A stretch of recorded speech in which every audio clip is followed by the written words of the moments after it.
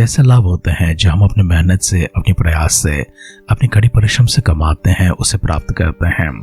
तो कुछ और ऐसे लाभ होते हैं जो हमारे अपनों के पास से उपहार के रूप में हमारे पास आते हैं। अचानक से या फिर बिना प्रयास के मिले हुए लाभ को हम किस्मत का नाम देते हैं, भाग्य का नाम देते हैं या फिर सौभाग्य का नाम देते हैं। अपनी मेहनत से प्राप्त किए चीजों को हम लाभ कहते हैं। इसी प्रकार से नुकसान भी होते हैं। कुछ नुकसान हालातों की ओर से होते हैं, कुछ नुकसान हमारे हाथों से होते हैं, कुछ नुकसान वैसे हमारी गलतियों से होते हैं, या कुछ नुकसान ऐसे होते हैं जो हादसों से हो जाते हैं। कुछ ऐसे भी नुकसान होते हैं जो इंसान अपनी गलतियों के कारण से या फिर अपनी ईर्ष्या, अपनी जलन से, अपनी बुराइयों के कारण अपने ऊपर लेकर आता है और उसका जिम्मेदार खुद ठहरता है।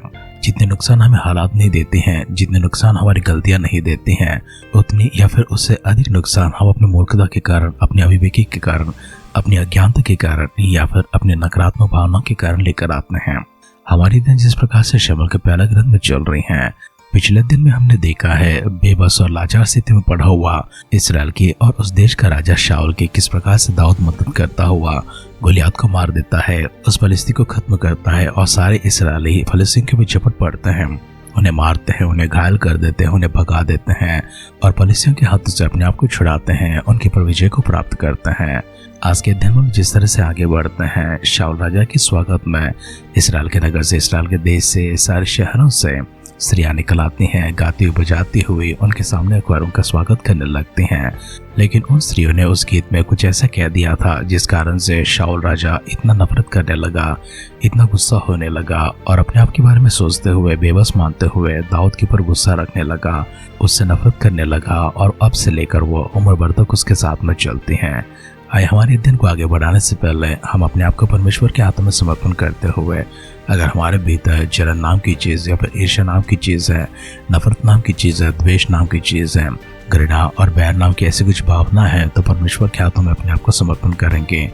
हमारे मन को शुद्ध करने के लिए, हमारे मन को साफ करने के लिए, हमारी भावनाओं को पूरी तरह से परमेश्वर नकारात्मक से सकारात्मक बनाने के लिए, अपवित्र से पवित्र बनाने के लिए, अशुद्ध से शुद्ध करने के लिए, हमारी मन और हमारी भावनाओं को पूरी तरह से शुद्ध करते हुए एक सही जीवन, साफ जीवन, स्पष्ट जीवन, पवित्र जीवन परमेश्वर हमें प्रदान करने के लिए प्रार्थना करेंगे।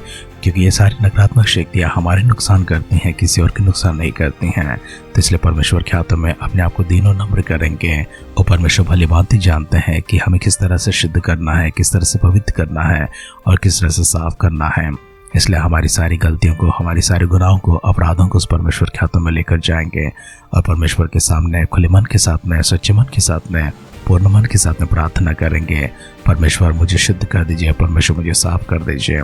अपने सिरों को झुकाते हैं, आंखों को बंद करते हैं, एक छोटी सी दुआ हम अपने आप के लिए करेंगे। हमारे मनों को जांच कर, उन्हें परख कर और अपने ही मन के अनुसार हमें चलाने के लिए और अपने ही विचार हमारे भीतर रखते हुए, अपनी ही आत्मा हमारे भीतर रखते हुए सारी मलिनता को, सारी अशुद्धता को, सारी गंदगी को दूर करते हुए अपने पुत्र यीशु मसीह के लहू में हम सबों को धोकर शुद्ध करते हुए, हमें अपनी ओर प्रभु जी आकर्षित करते हुए, हमें गले लगाते हुए, हमें सीने से लगाते हुए, हम पर तरस को, दया को, करुणा को और अपने असीमित और अपार प्रेम को दिखाते हुए हम सबों को परमेश्वर अपनी ओर आकर्षित करते हुए, हमारे पिता होकर, हमारे परमेश्वर होकर, हमारे खुदा होकर, हमारे मित्र समान होकर, हमसे प्रभु चाह को रखते हुए हमारी ओर आकर्षित होने वाले हमारे स्वर्गीय अनुग्रहकारी, दयालु, कृपालु और प्रेमी पिता परमेश्वर, हम आपकी स्तुतिगान करते हैं, हम आपकी महिमा करते हैं, हम आपकी आराधना करते हैं, उपासना करते हैं। आभार परमेश्वर आपको चढ़ाते हैं, धन्यवाद का भेंट परमेश्वर आपके सामने लेकर आते हैं। कृतार्थ होकर परमेश्वर हर एक भलाई के लिए, हर एक विषय के लिए प्रभु जी आपको धन्यवाद करते हैं। आज एक अद्भुत से घड़ी परमेश्वर हमारे जीवन में दिया है ताकि प्रभु हम अपने मनों को बदल सके, परिवर्तित कर सके, शुद्ध कर सके, पाक पवित्र कर सके। परमेश्वर हमारे भीतर की सारी नकारात्मक भावनाओं को प्रभु जी जो हमारे नुकसानदायक है, हानिकारक है, इसी समय परमेश्वर ने धोकर शुद्ध करते हुए पूरी तरह से मिटाने के लिए प्रार्थना करते हैं। आपके अच्छे सोच विचार से हम सबको भरने के लिए प्रार्थना करते हैं, सकारात्मक भावना से प्रभु जी में भरने के लिए प्रार्थना करते हैं। आप हमारे संग हैं, हमसे बातें कर रहे हैं, अपनी महिमा प्रभु जी हमसे प्राप्त कर रहे हैं। इसलिए आपको शुक्र अदा करते हुए आदर समान महिमा के साथ में हमारे उद्धारकर्ता प्रभु यीशु मसीह के नाम से इस प्रार्थना को मांगते हैं। सुन और कबूल कर पिता। आमेन, आमेन, आमेन। आध्यात्मिक जीवन की दैनिक खुराक सुन रहे हमारे सारे प्रिय श्रोताओं को, परमेश्वर के परिभक्त गणों को प्रभु यीशु मसीह के नाम में प्यार भरा जय मसीह की सुप्रभातम और शुभोदय कहते हुए हम सबका मनपसंद ध्यान केंद्र आध्यात्मिक जीवन की दैनिक खुराक में और इस नए दिन में आप सबका स्वागत करते हैं। हमारे दिन शमूएल का पहला ग्रंथ 18वां अध्याय में चल रही है। अब उसको पहला वचन से पढ़ते हुए कुछ आयतों को ध्यान करेंगे। जब वह शाऊल से बातें कर चुका तब योनातान का मन दाऊद पर ऐसा लग गया कि योनातान उसे अपने प्राण के बराबर प्यार करने लगा, और उस दिन से शाऊल ने उसे अपने पास रखा और पिता के घर को लौटने ना दिया। तब योनातान ने दाऊद से वाचा बांधी, क्योंकि वह उसको अपने प्राण के बराबर प्यार करता था। और योनातान ने अपना बागा जो वह स्वयं पहना था उतार कर अपने वस्त्र समेत दाऊद को दे दिया, वरन अपनी तलवार और धनुष और कटीबंध भी उसको दे दिए। और जहाँ कहीं भी शाऊल दाऊद को भेजता था वहां जाकर बुद्धिमानी के साथ वह काम करता था। और शाऊल ने उसे अपने योद्धाओं को प्रधान नियुक्त किया, और समस्त प्रजा के लोग और शाऊल के कर्मचारी उससे प्रसन्न थे। जब दाऊद उस पलिश्ती को मारकर लौटा आता था और वे सब लोग भी आ रहे थे, तब सब इस्राएली नगरों से स्त्रियों ने निकलकर डफ और तिकोने बाजी ले हुए आनंद के साथ गाती और नाचती हुई शाऊल राजा के स्वागत में निकली। और वे स्त्रियां नाचती हुई एक दूसरे के साथ ये गाती गई कि शाऊल ने तो हजारों को परंतु दाऊद ने लाखों को मारा है। तब शाऊल अति क्रोधित हुआ और यह बात उसको बुरी लगी, और वह कहने लगा, उन्हें दाऊद के लिए तो लाखों और मेरे लिए हजारों को ठहराया, इसलिए अब राज्य को छोड़ उसको क्या मिलना बाकी है। तब उस दिन से वश में शाऊल दाऊद की ताक में लगा रहा।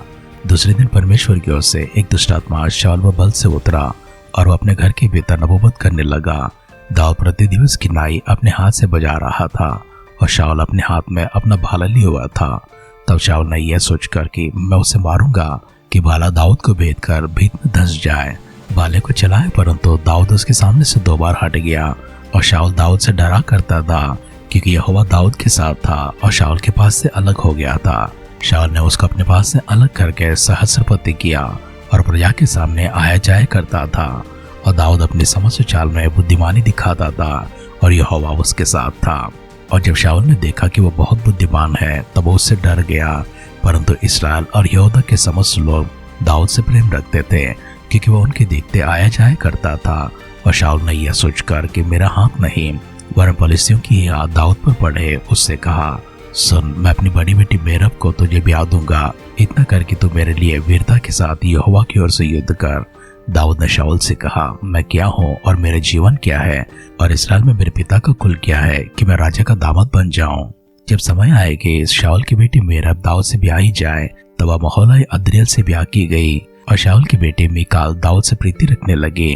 और जब इस बात का समाचार शाऊल को मिला तो प्रसन्न हुआ। शाऊल तो सोचता था कि वह उसके लिए फंदा हो और पलिश्तियों का हाथ उस पर पड़े। और शाऊल ने दाऊद से कहा, अब की बार तो अवश्य मेरा दामाद हो जाएगा। फिर शाऊल ने अपने कर्मचारियों को आज्ञा दी कि दाऊद से छिपकर ऐसी बातें करो कि सुन, राजा तुझसे प्रसन्न है और उसके सब कर्मचारी भी तुझसे प्रेम रखते हैं, इसलिए अब तो राजा का दामाद हो जा। तो शाऊल के कर्मचारियों ने दाऊद से ऐसी बातें कही, परंतु दाऊद ने कहा, मैं तो निर्धन और तुच्छ मनुष्य हूँ, फिर क्या तुम्हारी दृष्टि में राजा का दामाद होना छोटी बात है। जब शाऊल के कर्मचारी ने उसे बताया कि दाऊद ने ऐसी ऐसी बातें कही, तब शाऊल ने कहा, तुम दाऊद से यूं कहो कि राजा कन्या का मोल तो कुछ नहीं चाहता, केवल पलिश्तियों की 100 कल्लियां चाहता है कि वह अपने शत्रुओं से पलटा ले। शाऊल की मनसा यह थी कि पलिश्तियों से दाऊद को मरवा डाले। जब उसके कर्मचारियों ने दाऊद से यह बातें बताई तो वह राजा का दामाद होने को प्रसन्न हुआ। अब ब्याह के दिन कुछ ही रह गए। तब दाऊद अपने जनों को संग लेकर चला और पलिश्तियों के 200 पुरुषों को मारा। तब दाऊद उनकी खड्डियों को लेकर आया और वे राजा को गिन गिन कर दी गई, इसलिए कि वह राजा का दामाद हो जाए। और शाऊल ने अपनी बेटी मीकाल को उसे ब्याह दिया। जब शाऊल ने देखा और निश्चय किया कि यहोवा दाऊद के साथ है और मेरी बेटी मीकाल उससे प्रेम करती है, तब शाऊल दाऊद से और भी डर गया, और शाऊल सदा के लिए दाऊद का बैरी बन गया। फिर पलिश्तियों के प्रधान निकल आए, और जब वे निकल आए तब तो दाऊद ने शाऊल और सब कर्मचारियों से अधिक बुद्धिमानी दिखाई, इससे उसका नाम बहुत बड़ा हो गया। शमूएल का पहला ग्रंथ 18वां अध्याय का पहला वचन से लेकर अंतिम वचन तक हमने पढ़कर सुना है। एक एक करते हुए इस अध्ययन के विवरण में जाते हैं। सबसे पहला, दाऊद की सारी बातें सुनकर शाऊल का बेटा योनातान उसके प्रेम में पड़ गया था, उसे चाहने लगा था, उसके साथ उसकी दोस्ती हो गई थी, उसके मन की लगाव उससे हो गई थी, और अपने प्राण के समान उससे प्रीति रखने लगा, उससे प्यार करने लगा।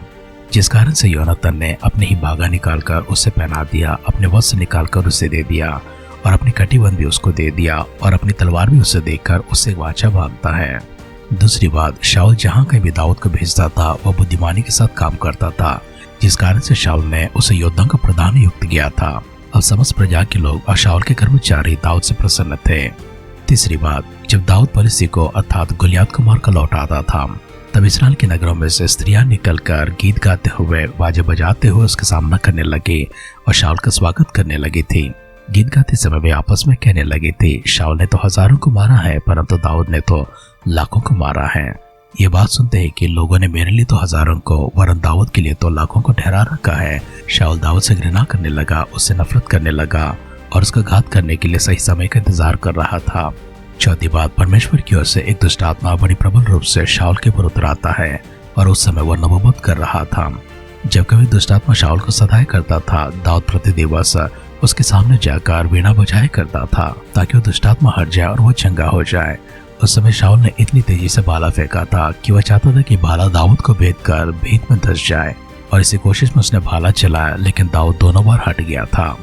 पांचवा विषय देखते हैं, शाऊल दाऊद से डरने लगा क्योंकि परमेश्वर उसके साथ में था और उसके कर्मचारी और सारी प्रजा भी उससे प्रसन्न होने लगे थे। इसलिए उसने योद्धाओं को प्रधान की जगह से उसे हटाकर सहस्रपति बना दिया। लेकिन जहाँ कहीं भी दाऊद जाता था, बुद्धिमानी के साथ ही वो काम किया करता था। सातवीं बात, शाऊल चाहता था कि दाऊद को फंसाए, दाऊद को फलिस्तियों के हाथ से मरवा दे, और उसने अपनी बड़ी बेटी मेरब को देकर उसे ब्याह करना चाहा था। लेकिन दाऊद ने कहा, मैं कौन हूँ और मैं क्या हूँ कि मैं राजा का दामाद बन जाऊं। लेकिन राजा ने कहा कि तू मेरा दामाद बनेगा।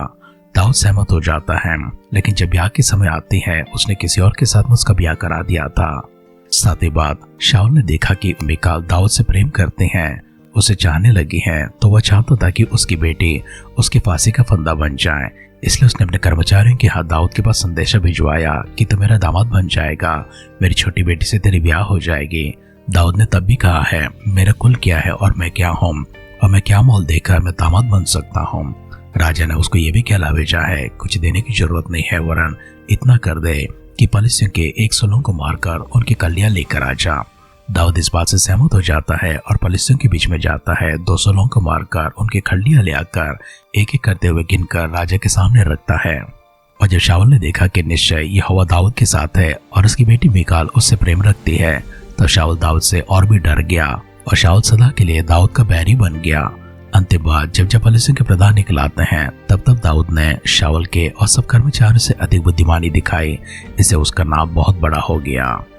परिचय शब्दों में हमने सुना था, नुकसान इंसान के पास हालत के रूप में आती हैं, कभी गलतियों के रूप में आती हैं, तो कभी इंसान अपनी ही सोच से, अपने विचारों से लेकर आता है।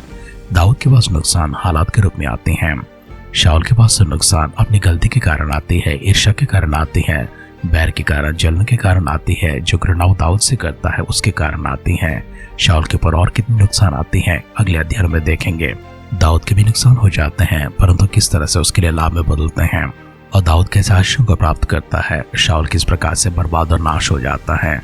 हमारे अगले दिन में गौर करते रहेंगे। लेकिन आइए अपने सिरों को झुकाते हैं, आंखों को बंद करते हुए परमेश्वर के सामने जाकर फिर से एक बार शुद्ध मन के लिए, साफ मन के लिए, और इस वचन के आधार पर परमेश्वर अपने कार्य, अपनी योजनाएं हमारे जीवन में सफल करने के लिए छोटी सी दुआ करेंगे। शाऊल अपने क्रोध के कारण दाऊद के ऊपर हमला करता गया, उसे नुकसान पहुंचाने के लिए, उसे घात करने के लिए, उसे मारने के लिए योजना रचता गया। परंतु परमेश्वर आप दाऊद के साथ रहे, उसको बचाते रहे, उसकी रक्षा करते रहे। स्वर्गीय पिता परमेश्वर, आपकी कृपा दाऊद के ऊपर थी, आपकी अनुग्रह उसके ऊपर थी, और परमेश्वर आपके हाथ हमेशा उसके ऊपर था। इसी कारण से दाऊद सलामत है, सुरक्षित है और सजीव भी है। सर्वशक्तिमान परमेश्वर इसी प्रकार से अपनी कृपा भरी हाथ रोजी हमारे ऊपर रखने के लिए, अपनी दया दृष्टि हम पर रखने के लिए, अपनी सहायता भरी हाथ रोजी हमारे पास पहुंचाने के लिए प्रार्थना करते हैं। हमें भी संभालिए, सजीवों की संख्या में रखिए, नकारात्मक भावना को हटा दीजिए, घृणा को, ईर्ष्या को, नफरत को प्रभु जी, बैर को हमसे दूर कर दीजिए। प्रेम से प्रभु जी, आपकी चाह से प्रभु जी, आपके मन के प्रभु जी, अच्छे गुणों से प्रभु हमें भरने के लिए प्रार्थना करते हैं। प्रभु यीशु मसीह के बादलों के आगमन को विलंब होती है, कल सुबह फिर से एक बार मिलते समय प्रभु जी अपने आप को नया देखने के लिए, आपके वरदान से भरा हुआ, आपकी आशीषों से भरा हुआ, आपके प्रभु जी भाग्य को प्राप्त करता हुआ आशीषमान और भाग्यशाली के रूप में प्रभु हम अपने आप को देख पाए। इस तरह से परमेश्वर आपका, इसलिए आपको धन्यवाद करते हैं। हमारे मिलने से पहले अगर प्रभु यीशु मसीह के बादलों के आगमन संभव होते, प्रभु स्वर्गराज हम सबको शामिल करने के लिए दुआ करते हैं।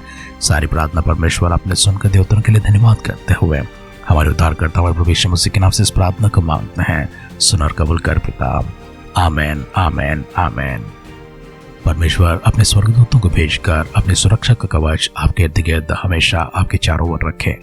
परमेश्वर अपनी आत्मा हमेशा आपके ऊपर ढिलते रहे। उनके अभिषेक हमेशा आपके ऊपर हो, उनके ज्ञान आपके साथ में हो, उनकी समझ के आधार पर आप चलाए जाए। परमेश्वर अपने हाथ पकड़कर आपको चलाते रहे। हमारी से दुआ कामना के साथ आज की ध्यान कहीं पर समाप्त करते हैं। आप सुनते रहिए, सुनाते रहिए आध्यात्मिक जीवन की दैनिक खुराक। कल फिर मिलेंगे। अपना ख्याल रखिए, अपनों को ख्याल रखिए, दूसरों का भी ख्याल रखिए। God bless you.